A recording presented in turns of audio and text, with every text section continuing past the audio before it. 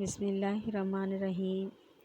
جس کو اللہ کی قدر ہوتی ہے وہ برے اور فحش کاموں کی طرف نہیں لپکتا، کیونکہ ایسی تسکین کا کیا فائدہ جسے لے کر بندہ اللہ کو کھو دے۔ انسان کو سکون خود ہی حاصل ہو جائے گا اگر وہ سمجھ لے کہ ہر چیز اللہ کی مرضی سے ہوتی ہے۔ زندگی میں ہمیشہ وہ لوگ پرسکون رہتے ہیں جو پوری نہ ہونے والی خواہشوں سے زیادہ ان نعمتوں پر شکر کرتے ہیں جو انہیں اللہ نے عطا کی ہے۔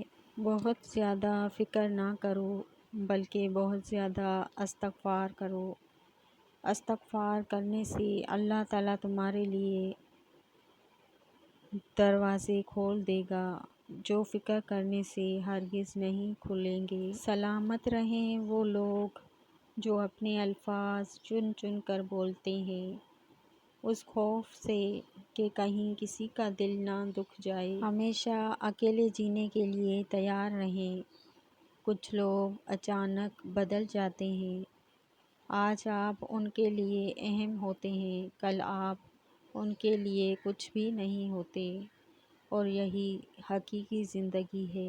جتنی ذمہ داری سے لوگ الٹی جوتی کو سیدھا کرتے ہیں، اگر خود کو سیدھا کر لیں تو دنیا جنت بن جائے۔ میری چپ کو کبھی میری ہار مت سمجھنا، میں اپنے حق کے فیصلے خدا پر چھوڑتی ہوں۔ زندگی میں جب انسان کو ہدایت مل جائے وہ یہ نہیں دیکھے کہ کیا کر چکا ہے، بس وہاں سے راستہ بدل لے۔ لوگوں کے رویوں کو بھلا دینا دراصل اپنے دل کو سکون دینے کا ایک خوبصورت طریقہ ہے۔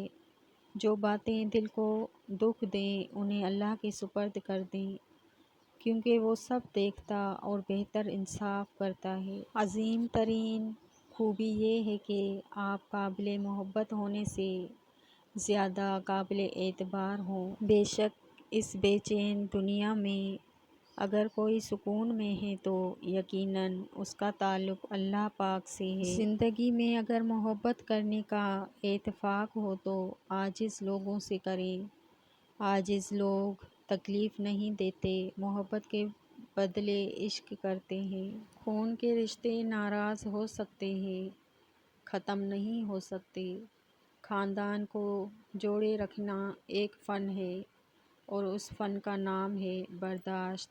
یقین رکھو حساب صرف عبادتوں کا نہیں ہوگا بلکہ اس لمحے کا بھی ہوگا جب تم کسی کی مدد کر سکتے تھے مگر تم نے نہیں کی۔